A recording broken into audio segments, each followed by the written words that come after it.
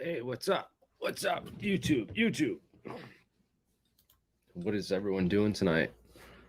Present, not tardy. You're all late. Yeah, I'm sorry for being a little late. We're here tonight. First thing I want to do, because I can't find the video and I'm trying to go back and find it.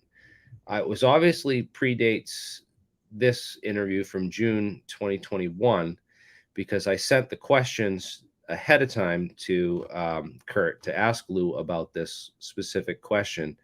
And Lou gave a response here, which is timestamped at 15:47 in this video. I'm going to copy that and post it in the video details in the description so that people can go find it. Lou's interview on TOE with Curt. And that's there. But there was a prior interview, and I thought that it was on Curt Jamungle, but before the show I was just going over and trying to find it, and I couldn't find it. But I know that it predates this June 23rd date, so I was going to ask the audience if they could kindly go around to all the Lou Elizondo interviews that are on the internet that predate, or in the month or two before 2021. And just do a go right here to this and say show transcript, and that will show the transcript of the interview. And I believe the word is quintessential. That's the word. That's the unique word or phrase that he used when he described who brought him onto the actual AATIP program. Because there's this whole argument going on Twitter right now,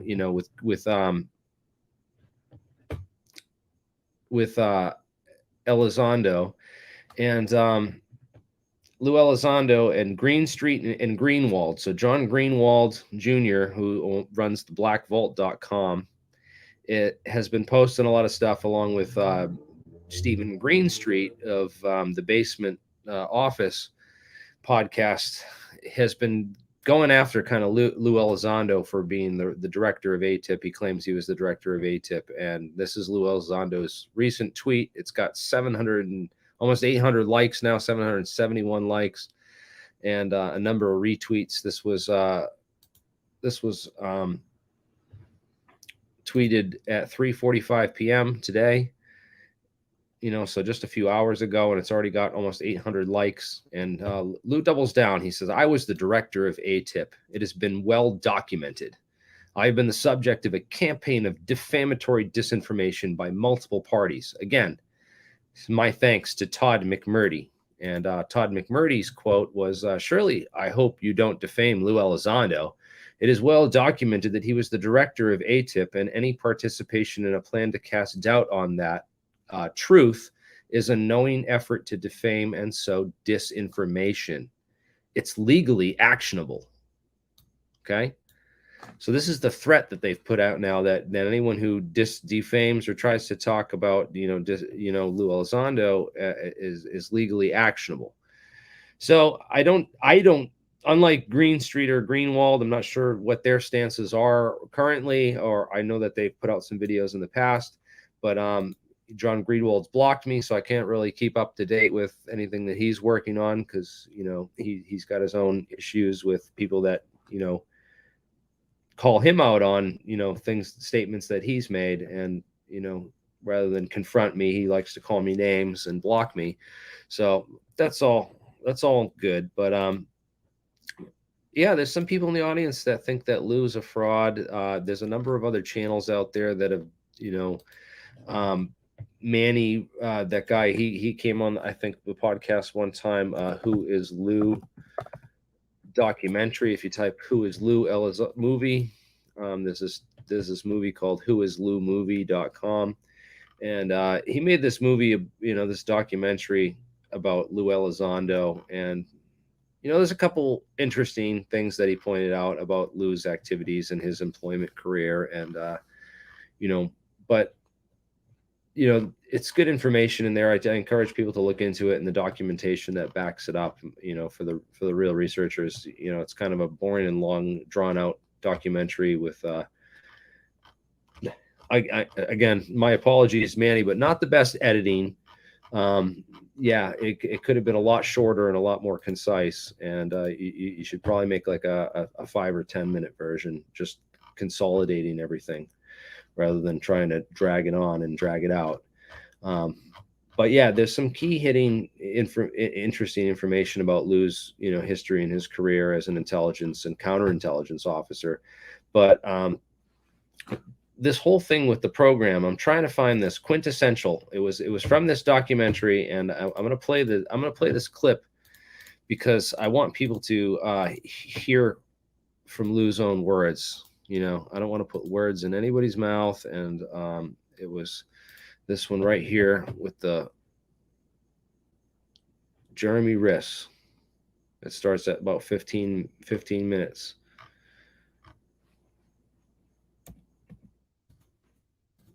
You need all the pieces to really, understand what you're looking at. You mentioned someone's name about a minute ago. Harold, what was his last name? Puthoff. Okay, yeah, I have a question about that from Jeremy Riss of the channel Alien Scientist.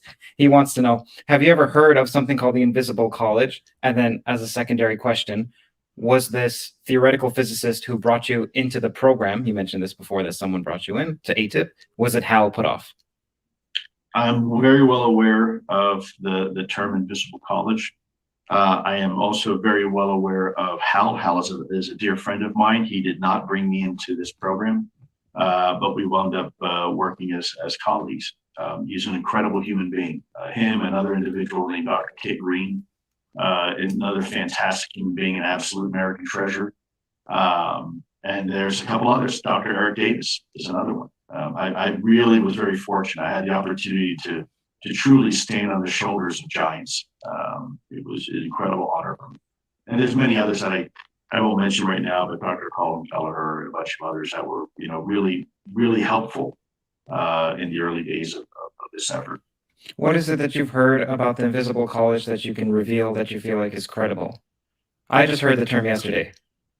I mean, it's a loose affiliation of individuals. Thus the term invisible.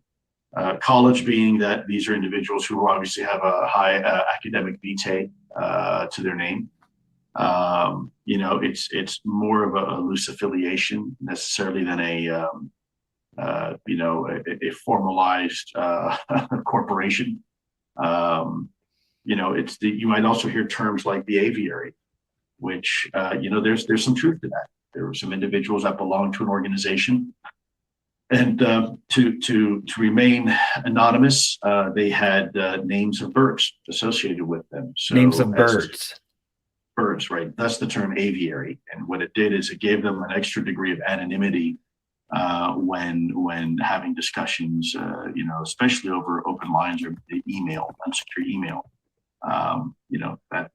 It's just a extra layer of operation, what we call OPSEC. Speaking of academia, this question comes from Professor of Astronomy, Brian Keating, who runs the... All right.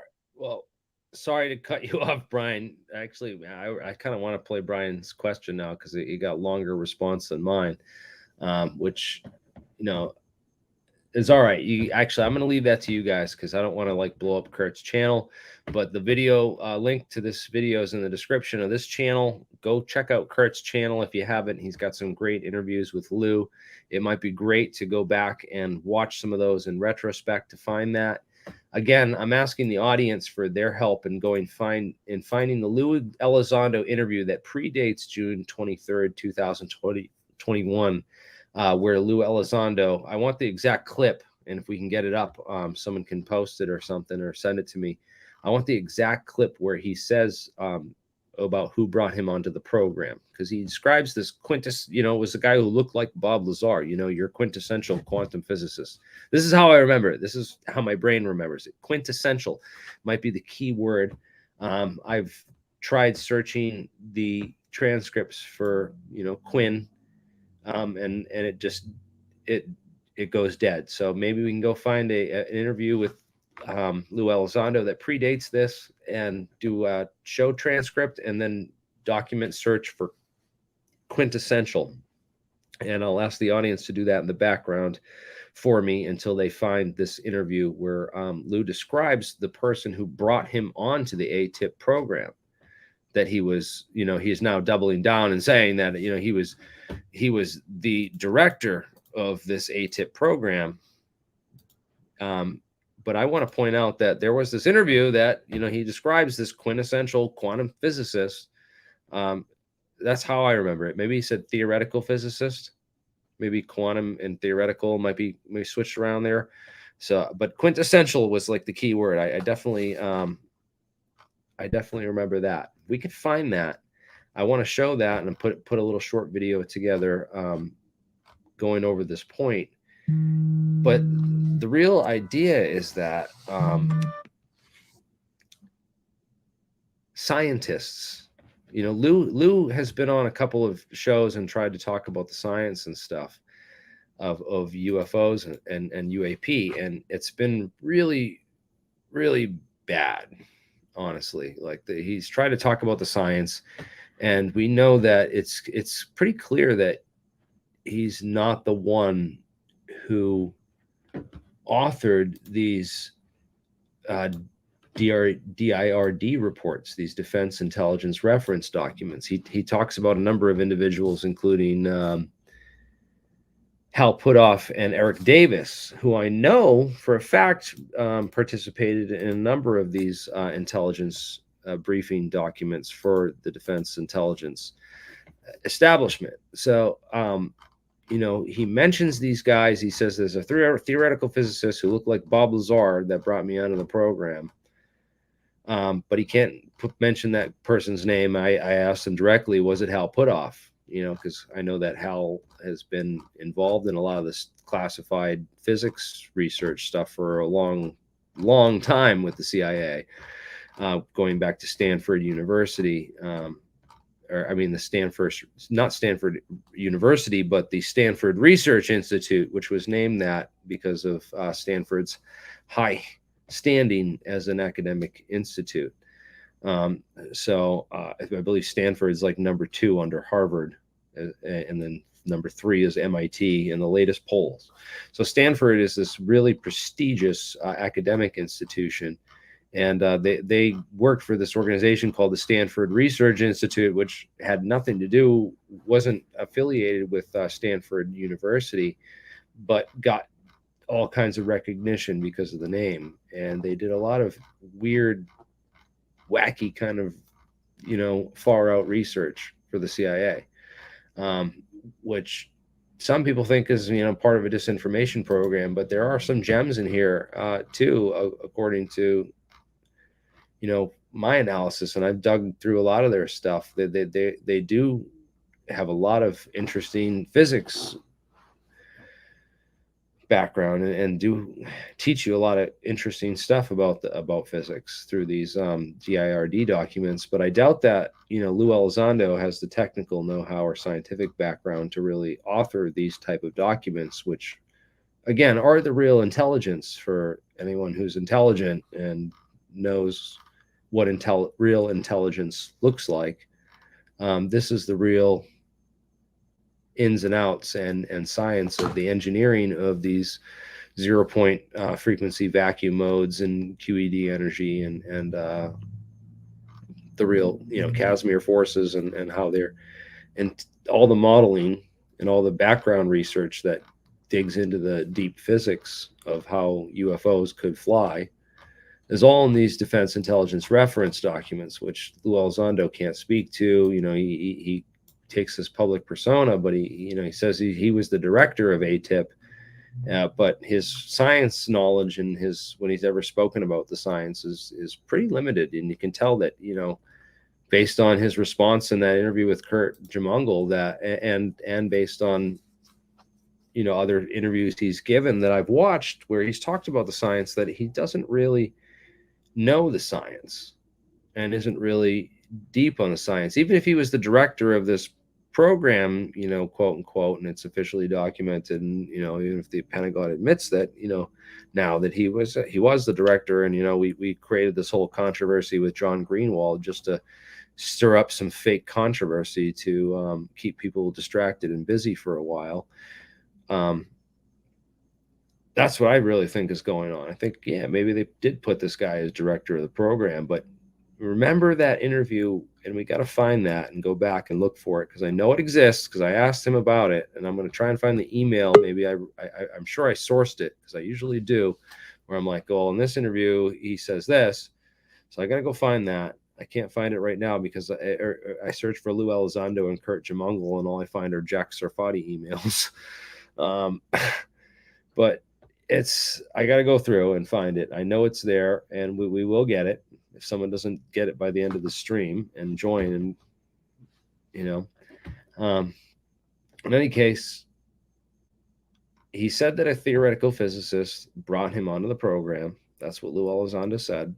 And I want to stress that the theoretical physics and the science behind UAP are the key to disclosure and the key to real intelligence and real informational disclosure. And the real disclosure happened already. It's in the bibliographies of these DIRD reports, and anyone who's savvy and academic and, I don't know, bored enough to go through all this and dig into it can learn and can figure it out. But the thing is that's people don't understand. They think the disclosure is going to be this big in your face, like, hey, we're going to come out and teach you all how tractor beams work and how we can lift up cattle with a tractor beam into a UFO from above, and how much energy it would take, and the type of lasing and the type of microwave phase conjugation that would be required to create this this tractor beam effect, because they've done it. And you can look up MIT tractor beam, and and I'm sure there's not documentation of all that stuff in here, but again, the Alien Scientist channel, we've interviewed the people. If you want to learn about the tractor beam technology, you watch my interview from the most recent one I did with Jack Sarfati a couple months ago. If you look up that one, he talks about some interesting papers that came out. And again, we cover all this stuff and talk about it on this channel. And it's just this stuff. It's crazy how it's like such awesome Star Trek level physics, yet it gets zero attention from the mainstream media and all that's out there. Like, again, on Jeremy Corbell back on Joe Rogan talking about element 115 and talking about, this Bob Lazar physics. And it's like, come on, dude. Like, how many real scientists have we interviewed or covered their work on this channel that are way more qualified and way more like into real stuff than Bob Lazar and his element 115, which, we can date back to centuries old stuff. I mean, Georgy Flyarov, if you guys don't know who these physicists are, these are the scientists that should take credit for element 115, and it's theoretical interpretation, the discovery. Maria Gopart-Mayer, a woman, again, not getting the real credit that these scientists deserve, being erased from history by disinformation about element 115 and the island of stability that comes from Jeremy Corbell and Bob Lazar. A disgrace to science, a disgrace to humanity and our achievements, and a life spent doing real physics and real study of a subject versus someone who spends a lifetime just spreading disinformation and misinformation, which catches fire and spreads around the world faster than the real academics can put this stuff out. It's really sad that Maria Gopart-Mayer, the person who theoretically wrote all the papers for the island of stability and predicted the island of stability back in the 1960s and won a Nobel Prize in physics for it, gets zero fucking credit. Well, Bob Lazar gets, repeated this lie that gets told by Jeremy Corbell and others that, Bob Lazar discovered the island of stability and this element 115, and that this is the physics he was hired to work on out at, Los Alamos for Area 51. And yeah, bullshit, dude. I go over all the real physics that went on in Area 51. I talk about, the real scientists like Edward Mills Purcell, who headed Project Rainbow for the CIA. We talk about the Peter Armbruster and Gottfried Munzenberg article where from Scientific American 1989, where they was where, that was the month and year that Bob Lazar came out with his big disclosure that he was Dennis. And then he didn't talk about the element 115 till October 1989, 5 months later. And it's obvious that he went and read some magazines and on science, because Scientific American published this article about element 115 by Gottfried Munzenberg and Peter Armbruster, which talked about the island of stability and talked about a little bit about this theoretical physics background, but didn't really get into the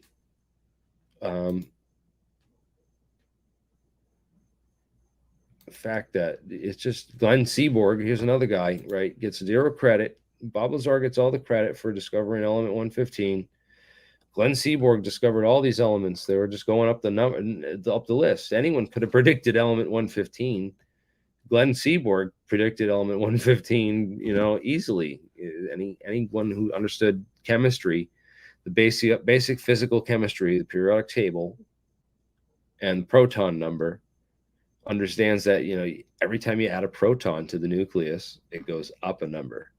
So you just keep adding, Why wouldn't there be an element 115 somewhere on this periodic table that Dmitry Mendeleev, predicted and talked about in 1871? It just doesn't click. It doesn't compute, but yet people don't know this stuff. It's okay. So I got a $20 super chat, £20, mate. Cheerio. Hey, Jay. It's me personally think that Lou Elizondo was employed as a dino beaver for quite some time. Might that be true? Well, mate, I don't know if I'm doing English or Australian at this point, man. Dude, thank you for the money. Again, the aviary. Yeah, the aviary was another clue. I want to point that out because before we move on from that, because the aviary was an interesting drop because, Curt Jamungal, again, was on there and he dropped this thing about the aviary and talked about, the Invisible College was this same kind of thing. They did this aviary where they came out as these false names and stuff. But that's different than, because these guys from the Invisible College stayed invisible. They never came out under false names. The guys who came under false names in the aviary, you want to know who those were? Oh God, we got to find the old Bob Lazar debunked. No, wait, Yahoo video. So we search for videos, and I want to search for 1988 UFO live TV. I think it's from 1988, and it aired. That's the year before Bob. Be in trouble because it oscillated. October 14th through 1 a.m. Yeah. And we looked up, and there were. All right. I'm gonna stop screen share. I'm going to re-screen share with audio.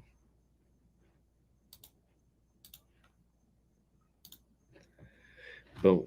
And I'm going to copy this link and I'm going to post it in the chat at this timestamp so people can look this up. And I'm also going to post it in the video details under the Aviary. We're going to talk about the Aviary. Aviary first appeared on TV under a segment of live TV called UFO Live TV, and it was 1988. What was this guy's? Washington, D.C., Moscow. I got to find this guy. It's got to have this guy's name somewhere on this. Come on. So Condor, right? There we go. This guy, he comes under the name Condor. One of them was named Falcon. In color and with light shining out through portholes. And the really obtain presidential approval. Together with Jamie. And we joined forces in June of 1982, and Falcon told us about MJ-12. MJ-12 function. So Falcon was the first person to talk about MJ-12. Okay. So I'm going to put this down here because this needs to be like documented, and I'm going to put it in the video description. Falcon was Richard Doty. He's the first person that did leak the MJ-12 documents. He did it to Stanton Friedman to discredit Stanton Friedman, and Stanton Friedman fell for it hard, went off on that tangent, and was lucky that he picked up on the Bob Lazar thing, but that also discredited him too because the disinformation took over, which was, again, I think developed by the same people, because this whole Aviary, he talks about listen. As a policy-making group relating to extraterrestrial activities and contacts and UFO activities within the United States. They make the policy, obtain presidential approval, and then field activities implement the policies. How did you acquire the MJ-12 documents? Well, they were mailed to me in a plain brown envelope, which contained President Truman's executive order establishing MJ-12 and the briefing document to President-elect Eisenhower, informing him of the 1947 crash in Roswell, New Mexico, and the recovery of alien bodies. Then there were follow-up postcards, Ethiopian picture postcards mailed from New Zealand with puzzles and riddles. Right, the puzzles were clues. For example, for a stylish rope shop suit land. This led us to the National Repository in Suitland, Maryland, where we discovered the existence of top-secret documents and filed a Freedom of Information request, which led us further to the Cutler-Twining document. Now, all of our meetings with Falcon were secret. Now, wait, gentlemen. Riddles, postcards, secret meetings, code words. Didn't you suspect somebody was pulling your leg? We always look for a hoax, but within every clue, there was always some verifiable fact. So you were able to verify MJ-12? Validating MJ-12 was difficult because we couldn't find any government agency that would admit publicly that they were aware of MJ-12's existence. Well, so without validating it, how do you get from there to here? Well, after hundreds of hours of research, we're working with experts trying to validate the documents. But most important, the contacts have grown to include Falcon and 9 other government agents. Now, why do you believe them? Well, because we've been able to meet with them, we've been able to check and verify credentials, and it's clear that they are in secret, need-to-know positions. Falcon's position, for example, gives him access to the MJ-12 infrastructure. Why don't we just hear it in his own words? MJ-12 was a group of people within the government. MJ-12 was created by President Truman in the early 50s. And their job was to investigate, keep track of information pertaining to UFOs. Part of their job was scientific advancements. But their primary purpose was to keep track of the information coming in on UFOs and to analyze the information, both scientifically and in a way that would advance our technology. There are government officials and elected officials that are automatically briefed on the existence of the MJ-12. Dude, just look at the glasses and that profile outline. That's Doty. That's Doty, dude. Look at the head. That square head. It's Doty, dude. Like, hands down.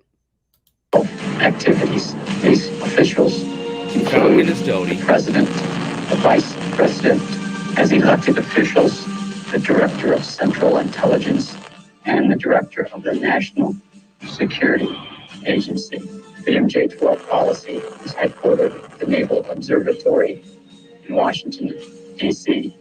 The United States Navy has the primary operational responsibilities of field activities relating to the MJ-12 policies. All information gathered in the field, not necessarily by Navy personnel, is transmitted to the Navy for analysis.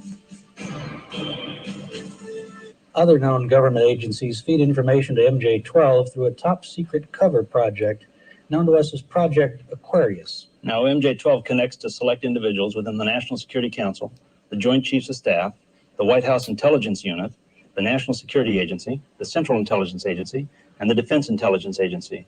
The research is conducted, the data classified and cataloged, all under the umbrella of strictest national security. The MJ-12 table of organization created by Moore and Chanderet purports to give us an understanding of a complex intragovernmental chain of command existing solely to oversee, organize, and administer the data on UFOs and ETs. Gentlemen, thank you very much. Thank you.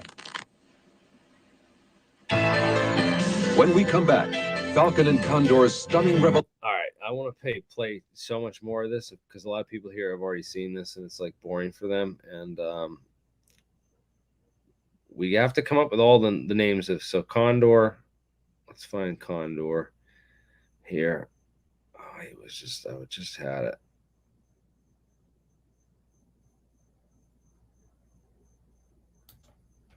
Society, and we allow you to operate from a designated base here in the United States. It's in the state of Nevada in an area called Area 51 or Greenland. The extraterrestrials have complete control of this base, which is that's Doty. You can tell even through the voice mod. But anyways, I would like to go and document who all those 9 people were from the Aviary, because I think one was Ed Fouché. Man, it's pretty crazy. There was a key point that was just briefly mentioned and not elaborated on. It was just glossed over. It's good that Lou Elizondo knew about that or talked about it, but man, like that was key information. Like you should dig into that more, because that opens up more of what's really going on. Is there an MJ-12? The way I look at it, right? Because I've looked into a lot of these people from the MJ-12. MJ-12, right?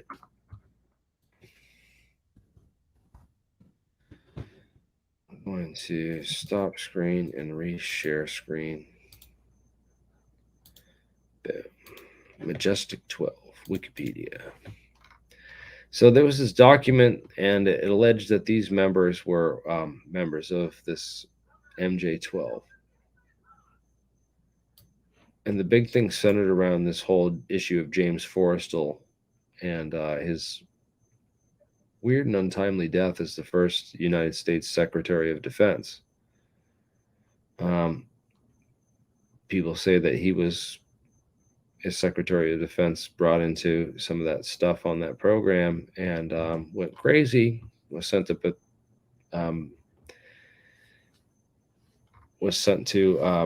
Bethesda Hospital, Naval Hospital in Maryland, and to a ward that's been notorious for a rehabilitation ward where they send a lot of people who are exposed to, alien crashes and couldn't handle it or stuff like that. It's like a sort of reprogramming type of thing. They basically like wake you up in this hospital and convince you that, what you saw wasn't real, and that, you're cool, and that you're just went crazy, and that you need to, not talk about it and go back to your normal life.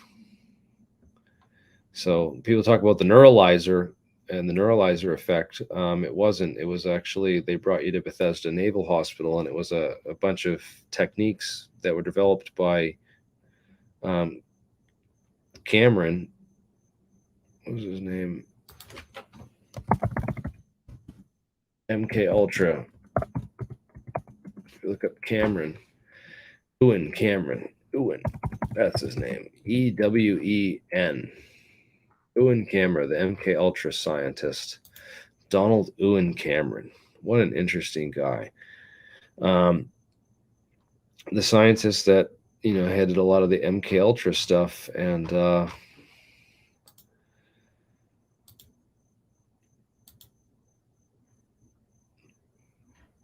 in any case, these scientists, a lot of these people were, I think, loosely affiliated. I don't think there was ever actually an MJ-12 organization between all these people. In fact, some of the people on here, I feel, were deliberate, sidetracks, like Vannevar Bush. He was head of MIT and head of a lot of the Office of Research and Development, Scientific Research and Development during World War II. And did a lot of that recruiting out of MIT and stuff that identified, the most brilliant talent, including the team that identified Richard Feynman and brought him out at age 18 to go work on the Manhattan Project. So definitely involved with some top secret research and top secret physics stuff and whatnot, but he totally was not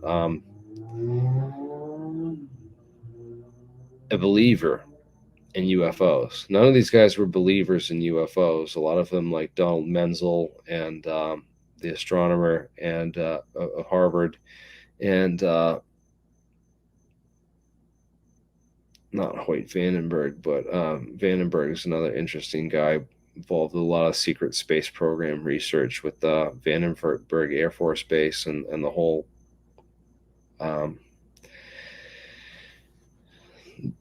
satellite program that launched all the top secret spy satellites and stuff for the NSA and other organizations I can't name. Sidney Sowers, an American. Some of these names just look like they were thrown on the list because there's a number of scientists around at the time that I believe were much more deeply involved in the UFO phenomenon research program. I think that this MJ-12 thing was disinformation for a number of reasons, because I think the Battelle Memorial Institute and Howard C. Cross of Battelle, I think that was a key omission in the MJ-12 documents. If there was an MJ-12, it was, I don't think there was this organization of 12 scientists. It seems like they picked all these skeptics and said that they were part of this conspiracy because they were all debunking it. But they were the guys that the CIA propped up because they were non-believers. They were these Christian people that were fundamentalists and couldn't possibly believe that we were alone in the universe, who went against all this crap out of religious or other beliefs, and ended up debunking a lot of the stuff. And I think that they were labeled as part of this MJ-12 group. But again, I believe that there were a number of other scientists who were much more knowledgeable in that time era, like John Archibald Wheeler,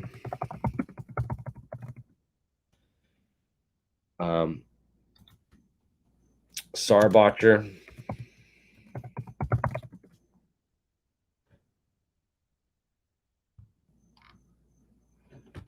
what's his name? He's in this, so let me reload this.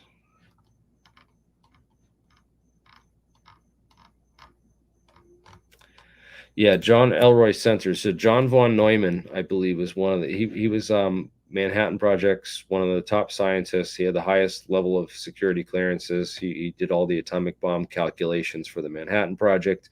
He's working out at Sandia Labs, which was 4 or 5 hour drive from the Corona crash site in Roswell, New Mexico in 1947.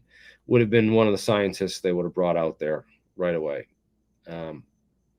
I believe. Robert Sarbacher, again, another one of the physicists working at Sandia Labs, was an expert in these types of technologies and the right. He had the right subject matter expertise, which would have put him in a position to be hired for these types of activities. Battelle and Elroy Center testified on his deathbed to working with pieces of Roswell material, or pieces of material that he thought were not from this world. And Howard C. Cross was the director of this program. This Pinnacle Memorandum named him in these J. Allen Hynek's files as being the director of a top secret project, end of Project Blue Book, which was involved in the metallurgy study. So this is the real stuff. It's involved with Battelle, which did all these nitinol nickel titanium alloy phase diagram studies. They did all these studies on titanium alloys, but there were like 4 pages dedicated to nickel titanium alloys specifically. And it was commissioned in 1949, just 2 years after Roswell, as a metallurgy study for these metallurgists to do. And they ended up part of the study was to analyze samples of unknown origin and to develop this titanium-based alloys studies and chemical analysis of oxygen and titanium by the chlorine carbon tetrachloride method, where they light this piece of material on fire and drop it in a test tube full of chlorine carbon tetrachloride, and the tetrachloride is super reactive. It's like chlorine on steroids, and it just burns up whatever you drop in it and reacts with it and creates these off gases, which then measure and through this complex apparatus shown in the document, and then tell you what's inside of it. So Battelle developed it and the methods to analyze the memory foil or pieces of this metal that couldn't be allegedly cut or destroyed to figure out what it was made of. And they would have possessed the scientists, and yet Battelle, none of these scientists, they currently manage all of our national laboratories as well, which is interesting as well. But none of those scientists are named. None of the science is ever talked about. And this is the key part of my presentation. And a lot of the stuff that I talk about, people have gone to jail for violating their NDAs to talk about, classified information or to bring information and documents home from them from work, which leads us to more information about how all this stuff really works on the quantum level. And that's the scientific intelligence is the real intelligence. And I'm sorry that Lou and the majority of the public really doesn't understand the science and doesn't get it. It doesn't have the time for it, or the attention span or whatever. But that's, I think, where the real secrets of UFO technology and all the UFO stuff lie. And I really think that a lot of this stuff is put out there on purpose as disinformation. So I'm not trying to defame Lou Elizondo. I appreciate, anyone who comes forward from these programs to come out publicly and talk about these things. You know what I mean? I just think that it's kind of stupid that he can't talk about anything and cites the NDA and, and that kind of stuff, and won't talk more about this physicist who brought him onto the program, even though he was director.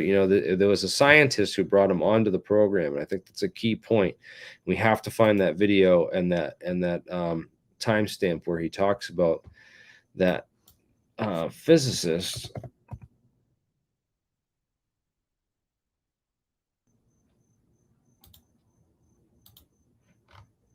For me, because my background is in physics and math, and I had no idea that people were so divisive when it comes to Bob. Oh, the divisiveness of Bob Lazar thing. Yeah, well, I don't know. That's just a whole nother story, the Bob Lazar thing.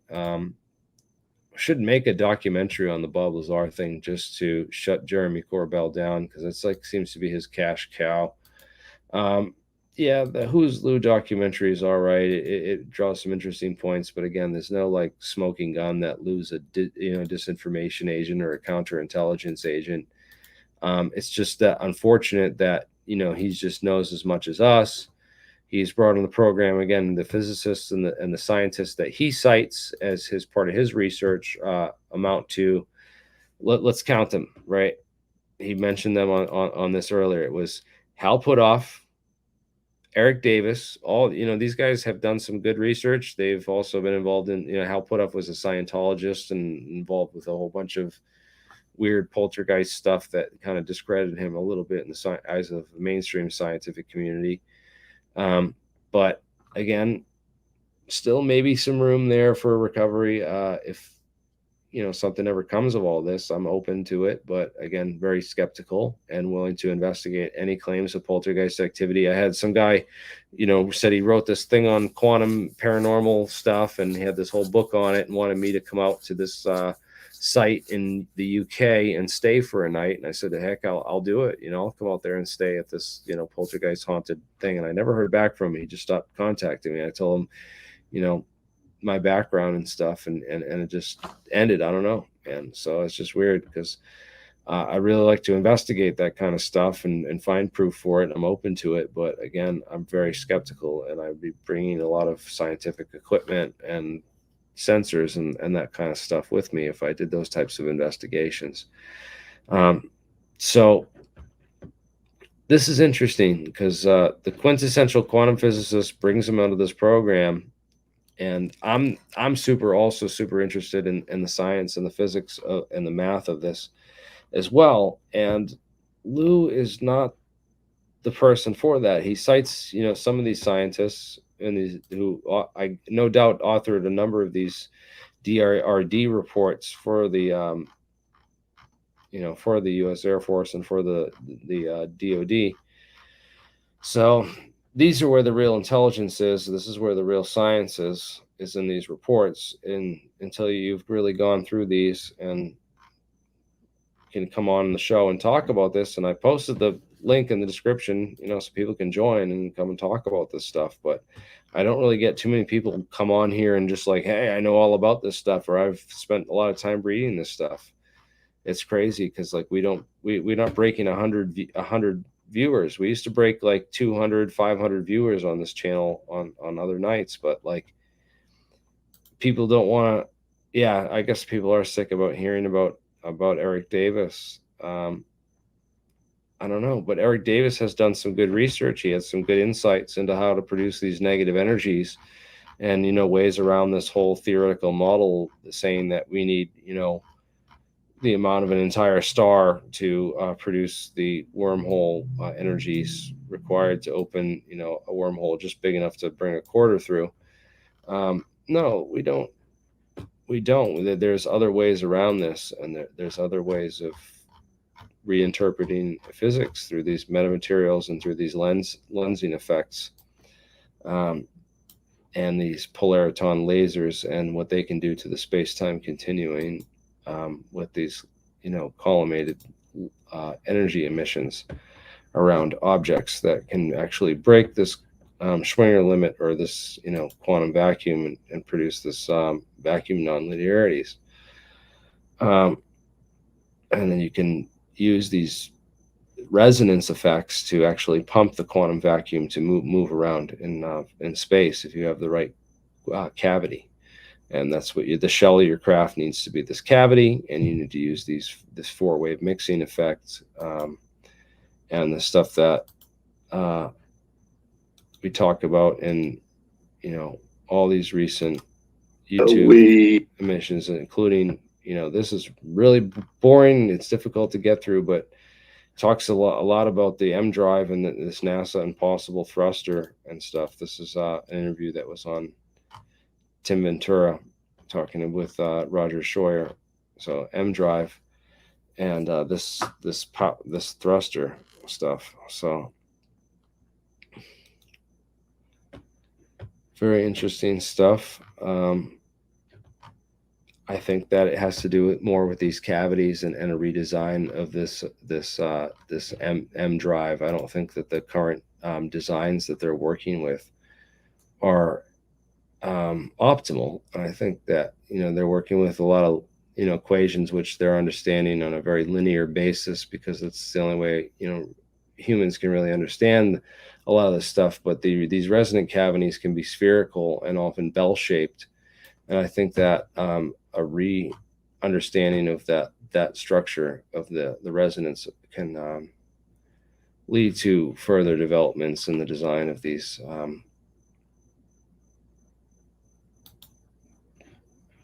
types of warp drives of the future. And yeah, again, look, light as a dipole. That's interesting.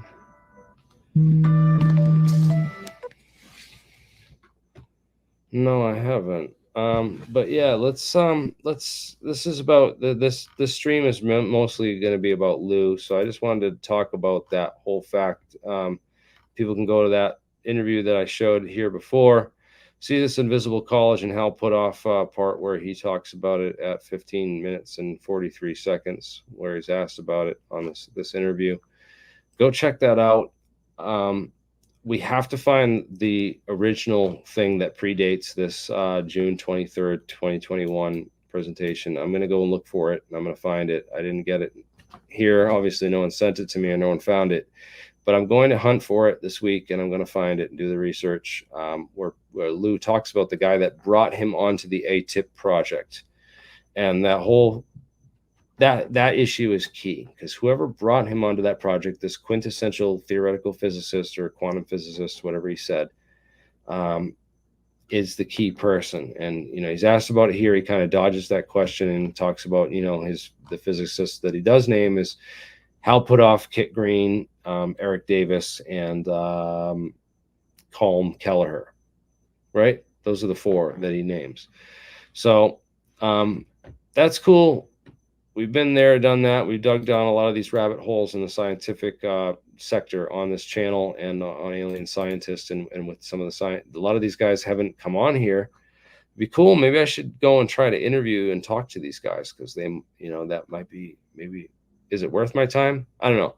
Send me a super chat if you think it's worth my time to really dig into and go after maybe some of these guys and interview them. But I think we've got a lot of the other scientists named, and there's a lot more other interesting avenues of exploration with a lot of the other science going on, that I have enough to keep me busy without digging down these rabbit holes, which seem to be pretty well covered in the mainstream already. A lot of people have been looking into these researchers and the NIDS research out at Skinwalker Ranch. There's a whole show about Skinwalker, and a lot of people are looking into all that stuff. And there's some interesting stuff there if you dig deep and know what you're looking for. But to the average, browser and an investigator, I don't think they're going to get deep on the legit anti-gravity research that we're doing on APEC and stuff. So,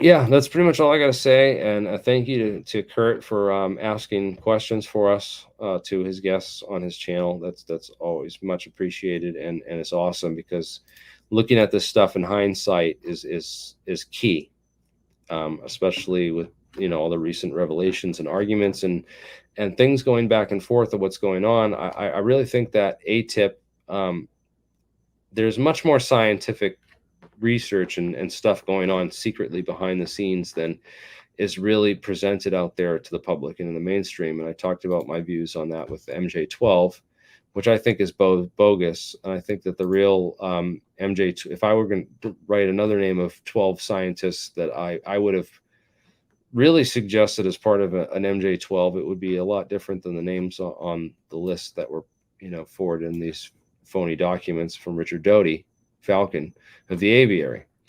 But that's all. That's just my opinion after researching this and really digging into it hard and deep for 20 years. And I encourage you to do the same if you really feel like you need to waste the time. But, again, we're here to help expedite your process of the information in ufology. And I encourage anyone who wants to challenge me on this stuff, like if I'm wrong, please